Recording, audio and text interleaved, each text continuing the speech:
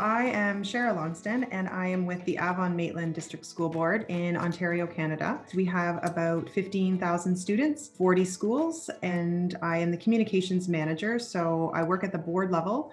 I support the board staff and the director, but I also support the schools as well. So we have websites for each of our schools and a board website that I manage. We really try and keep up to date with what's happening in our schools. We do like a collection on Twitter every 2 weeks where we say, this is what's been happening in our schools. And we've really trained our schools over the last couple of years to always tag us in social media posts. And as they've become more comfortable in social media and their reach is increased and their followers, etc., now we have a good kind of amount of things coming out of the schools. And so that's where we generate most of our content. We do regularly engage our media, our local media. So we have a really good relationship with our newspapers and our radio stations, and we have one TV station that kind of covers our area. So we really make an effort to, as much as we communicate with our families, we send out that same information to the media because they become our advocates and they become another possible place that somebody might hear the message. We're definitely all about self-promotion of our schools and our staff and our students because, as you know, in schools, there's tons of great things that are happening, and it's important to capitalize on that and to highlight that to our local community. And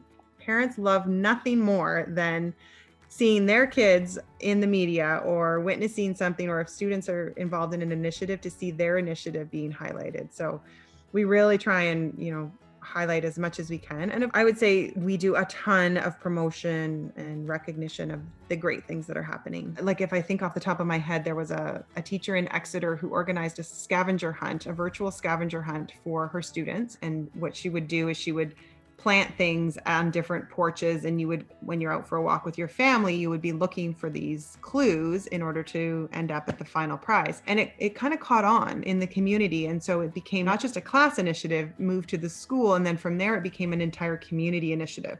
So it got a lot of media attention. And I can think of another teacher who, her neighbor had put out a mysterious bag of garbage, and she had her students kind of doing a guessing and trying to figure out what her neighbor was up to. And so it was this mystery, and the students were so engaged and interested because they were trying to figure out this mystery. It was just a really nice way to bring the students together so that they felt this sense of connection. I think that that's what we've been all trying to do, is keep students connected.